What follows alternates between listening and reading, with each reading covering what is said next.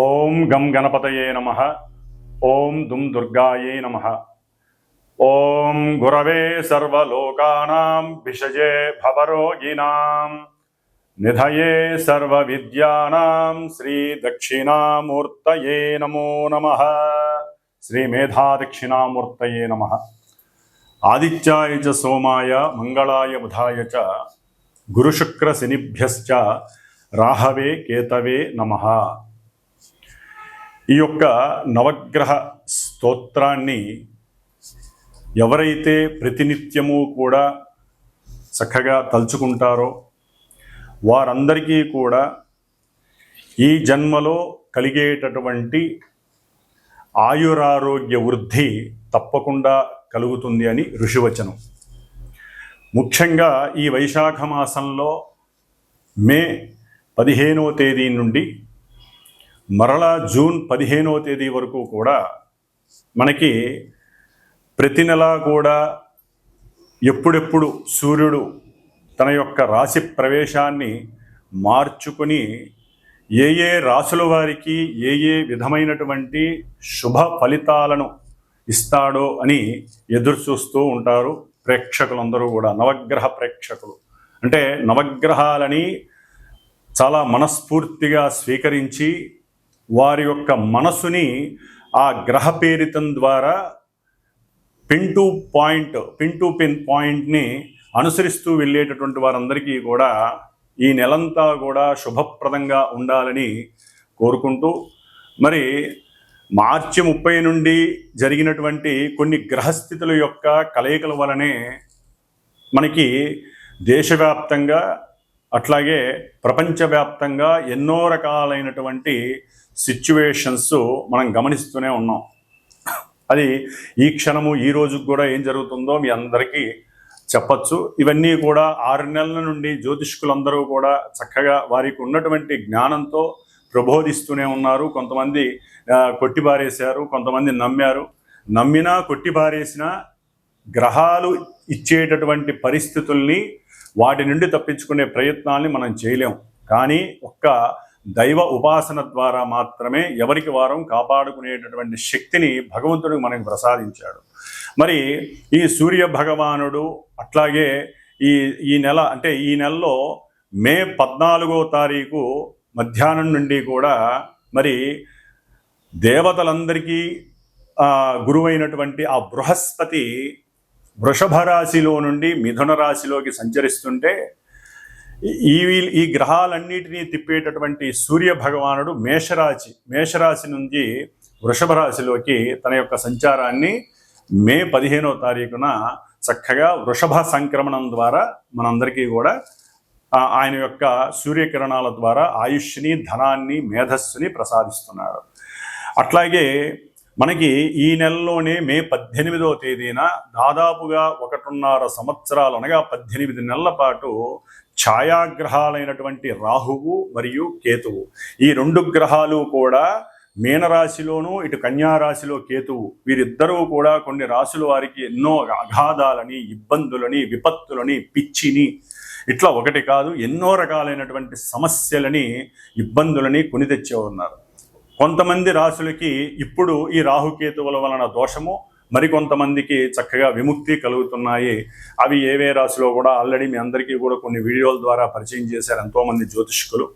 మరి వీరిద్దరూ కూడా మే 18వ తేదీన రాహువు కుంభరాశిలోకి అట్లాగే కేతువు సింహరాశిలోకి చక్కగా ప్రవేశాన్ని చేస్తున్నారు. మరి గురువు అయిపోయింది, రాహు అయిపోయింది, కేతు అయిపోయింది.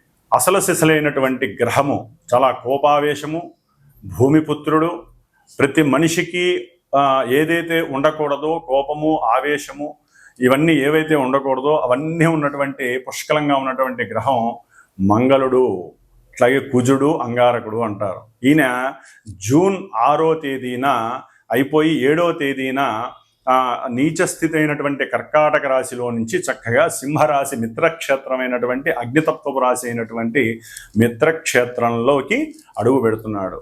ఎవరితో ఉంటాడైనా కుజవత్ కేతువు అంటారు. యాక్చువల్లీ కుజుడిచ్చే ఫలితాలన్నీ కేతువు ఇస్తాడు అని చెప్పి మనకి శాస్త్రధర్మం.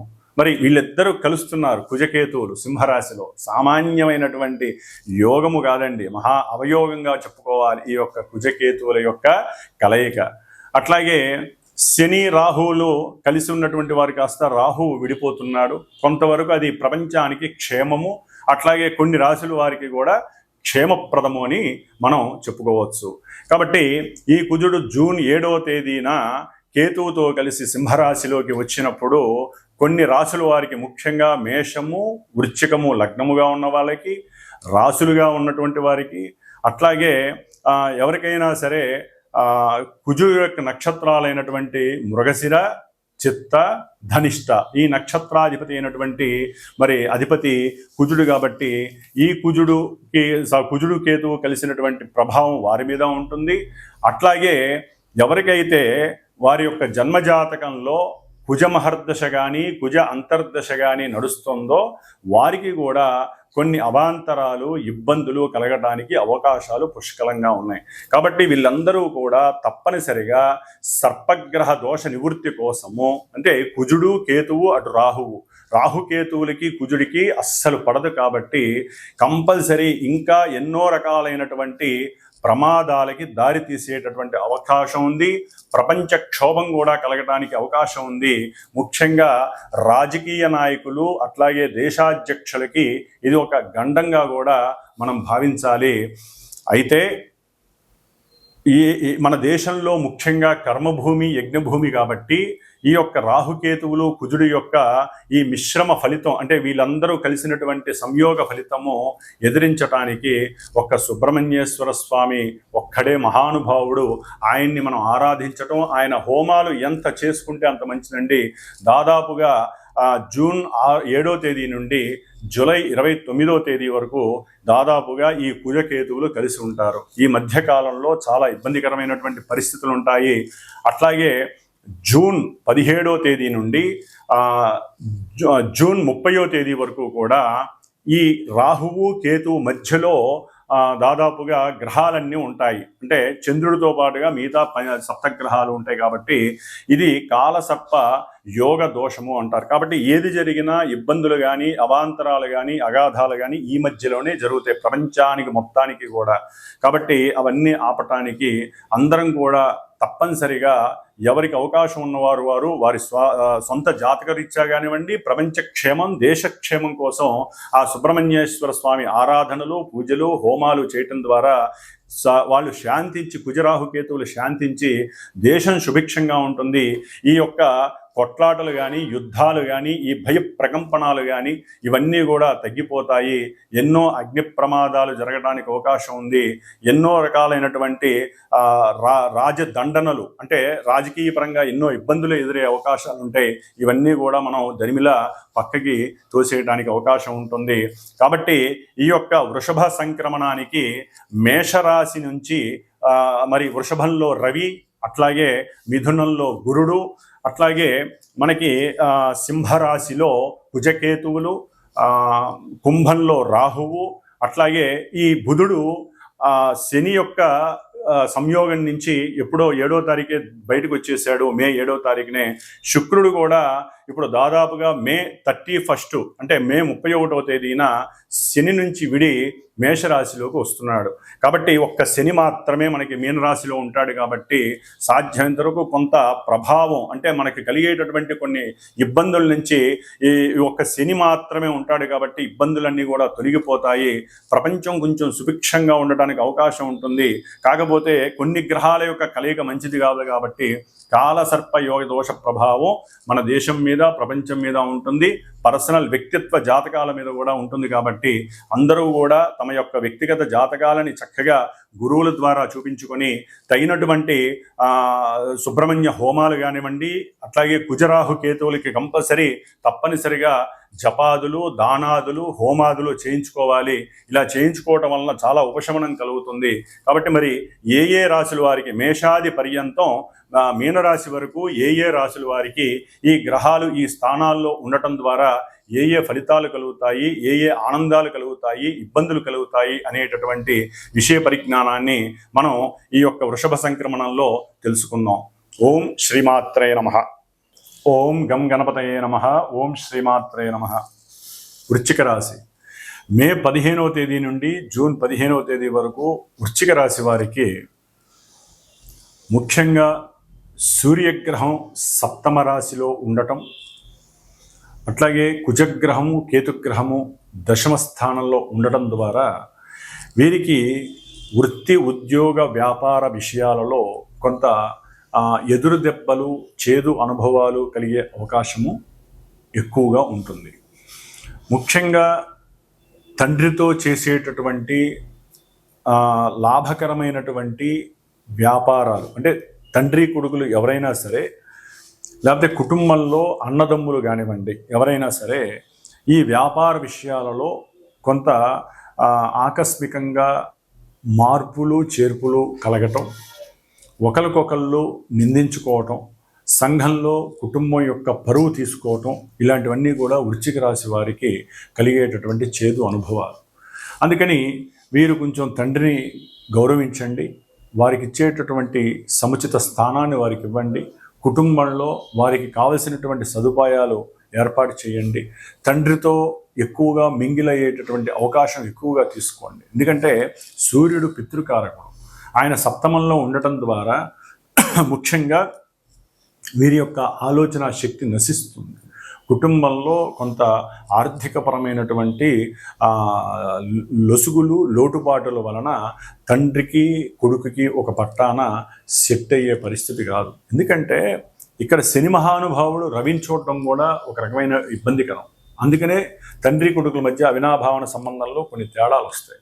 ముఖ్యంగా విద్యార్థులు చదువు స్థానంలో రాహు ఇప్పుడు మారుతున్నాడు, ఆయన మే 18వ తేదీన. అంటే విద్యార్థులకి ఇదొక గండం అని చెప్పుకోవాలి. కానీ వీరు గనక గట్టిగా కష్టపడి స్వయం కృషితో సరైన ప్రణాళికలు ఏర్పాటు చేసుకొని సరైన సమయానికి నిద్రపోవటం, ఎక్కువ ఈ సెల్ ఫోన్స్ లేకపోతే టీవీలు సినిమాలు ఇవన్నీ పక్కన పెట్టండి విద్యార్థులు. దాని ద్వారా మీ మనోమేధస్సు అనేటటువంటిది కుంటుపడదు, సరైన ప్రణాళికలు ఏర్పాటు చేసుకుంటారు. ఎంత కష్టమైనా సరే సాధించి మేము ఇది సాధించగలం అనేటటువంటి పరిస్థితిని మీరు తెచ్చుకోవడం ద్వారా ఇటు రాహువు అటు శని వీరిద్దరూ కూడా ఇక్కడ ఉండటం అంత మంచిది కాదు విద్యార్థులకి. దాని ద్వారా మీరు ఏదో కోరుకుంటారు, అది చేయాలి ఇది చేయాలి, లేకపోతే నేను చదువులో ఇంత మంచి వృద్ధిలోకి రావాలి, ఈ స్థానంలోకి రావాలని. అయితే మరి ఇటు కుజుడు యొక్క దృష్టి, అంటే మీ యొక్క రాస్యాధిపతి సరిగ్గా లేడు, రాహుకేతువుల మధ్య బంధింపబడి ఉన్నాడు, కర్మదోషాలన్నీ అనుభవించాల్సిందే. ఏదైనా ఎగ్జామ్ రాద్దాం అనుకుంటారు, లేకపోతే ఉద్యోగానికి ప్రయత్నం చేద్దాం అనుకుంటారు, ఉద్యోగ ప్రయత్నంలో కూడా ఈ రాహుకేతువుల ప్రభావం మిమ్మల్ని ఇబ్బంది పెడుతుంది. ఏదో ఒక అనారోగ్య సమస్య, ఇటు రవి బాలేదు ఉద్యోగకారకు, ఇటు శని చూస్తే ఉద్యోగానికి సంబంధించిన వాడు ఆయన బాలేదు, ఇటు చూస్తే శుక్రుడు మే 31 వరకు కూడా శనితో కలిసి ఉండి ముఖ్యంగా గృహంలో భార్యాభర్తల మధ్య ఒక పట్టాన ఏ సమస్య కూడా తనివి తీరినట్టుగా ఉంటుంది. అన్ని సమస్యలే వీళ్ళకి ఆల్రెడీ 3 నెలల బట్టి అనుభవిస్తున్నారు, 2 నెలల బట్టి. కాబట్టి ప్రేమానురాగాలు తగ్గే అవకాశం ఉంటుంది. ఒక భార్యాభర్తలకి ప్రేమానురాగాలు ఎందుకు తగ్గుతాయండి? కుటుంబంలో భర్త కానీ భార్య కానీ కష్టపడిన వాళ్ళు ఎవరైనా ఉంటే ఇంట్లో ఉన్నవాళ్ళు కాస్త వాళ్ళకి సహకరించాలి. ఎవరైనా సరే రాగానే కాస్త మంచినీళ్ళు ఇవ్వటమో, ఆహారం పెట్టడమో, మంచి చెడులు కనుక్కోవడమో ఇలాంటివి చేయాలి. ఎప్పుడు రుసరు ఆడుతూ ఉంటే ప్రేమలు ఎక్కడ వస్తాయండి? అంటే గ్రహాల పరంగా చెబుతున్నాను నేను. కాబట్టి భార్యాభర్తలు అన్యోన్యంగా ఉండటానికి ఈ గ్రహాల కన్నా ముందు వాళ్ళ యొక్క మనసులు వాళ్లే ప్రిపేర్ చేసుకోవాలి. ఎవరు ఏ సముచిత స్థానాన్ని అవతల వాళ్ళకి ఇవ్వాలో తెలుసుకోవాలి. ఊరినే బంధువుల మాటలు వినటం, అక్క చెల్లెల మాటలు వినటం, అన్నదమ్ముల మాటలు వినటం, లేకపోతే బయట ఉన్నటువంటి వాతావరణాల్లో ఉన్నటువంటి పరిస్థితులు వీళ్ళు వచ్చి మేము అంత కష్టపడవచ్చాం అని చెప్పుకునేసరికి ఇక్కడ నీరు గారిపోతుంది వ్యవహారం అంతా. అందుకని ప్రేమ, ఎందుకంటే ఇప్పుడు మే 31 తర్వాత శుక్రుడు ఈ వృశ్చిక రాశి వారికి 6వ స్థానంలోకి వస్తున్నాడు. అవసరం లేని గొడవలన్నీ వీళ్ళ మధ్య ఉంటాయి, అవసరం ఉండదు, ప్రతి దానికి గొడవే. అందుకని కొంచెం జాగ్రత్త వహించండి. సాధ్యమైనంత వరకు శుక్రుడికి సంబంధించిన ఆరాధన చేసుకోండి, శుక్రగ్రహానికి జపతపాలు చేసుకోండి, లేదా బొబ్బర్లు ఎవరికైనా బ్రాహ్మడికి దానం ఇవ్వండి, లేదా బొబ్బర్లు నైవేద్యం చేసి లక్ష్మీ అమ్మవారికి నైవేద్యం పెట్టేయండి. గుళ్ళో దుర్గాదేవికి ఆరాధన చేయండి విద్యార్థులు కానీ, లేకపోతే భార్యాభర్తల మధ్య సఖ్యత లేని వాళ్ళు కానీ. కుటుంబ సమస్యలు అయ్యే అవకాశం ఎక్కువగా ఉంటుంది. కాబట్టి ఊరికనే అటు పోదాం ఇటు పోదాం అనుకుంటారు, ఏది పోరు, దానివల్ల కూడా సమస్యలు అయ్యే అవకాశాలు ఉంటాయి. కాబట్టి ముఖ్యంగా వీరు ఈ వృశ్చిక రాశి వారికి రాహు ముఖ్యంగా తల్లి సౌఖ్యం దెబ్బతింటుంది. విద్యార్థులకి సరైనటువంటి విద్య లభించకపోగా లేనిపోని వ్యసనాలకి గురయ్యే అవకాశాలు ఉంటాయి. అట్లాగే కుజకేతువుల యొక్క సంబంధం బాలేదు కాబట్టి వీరు సాధ్యమైనంత వరకు అన్ని గ్రహాలకి ప్రదక్షిణాలు చేయటం, అన్ని గ్రహాలకి కూడా కొన్ని నవధాన్యాలు ఏ గ్రహానికి ఆ గ్రహానికి వేసి అష్టోత్తర శతనామార్చనలు చేయించుకోవటం, హారతి ఇవ్వటం, ఇలాతే ప్రతిరోజు ఆ గ్రహం దగ్గరికి వెళ్ళి దీపారాధన చేసుకొని అష్టోత్తర పూజ చేసుకొని ప్రదక్షిణాలు తిరిగి రావటం, ఇట్లా చేసుకుంటేనే మంచిది. లేదా ఆర్థికంగా బాగా డబ్బున్న వాళ్ళైతే కనుక అన్ని గ్రహాలకి మాలాంటి వాళ్ళ చేత జపతపాలు చేయించటం, నవగ్రహ పాశుపత హోమం చేయించుకోవడం ద్వారా, ఎందుకంటే ఈ గ్రహాలు ఏవి కూడా సరిగ్గా ఇమిడి లేవండి. చివరికి ధనాన్ని ఇచ్చేటటువంటి గురువు సరిగ్గా లేడు, కుటుంబ కారకుడు సరిగ్గా లేడు, అష్టమంలో ఉన్నాడు గురువు చూస్తే.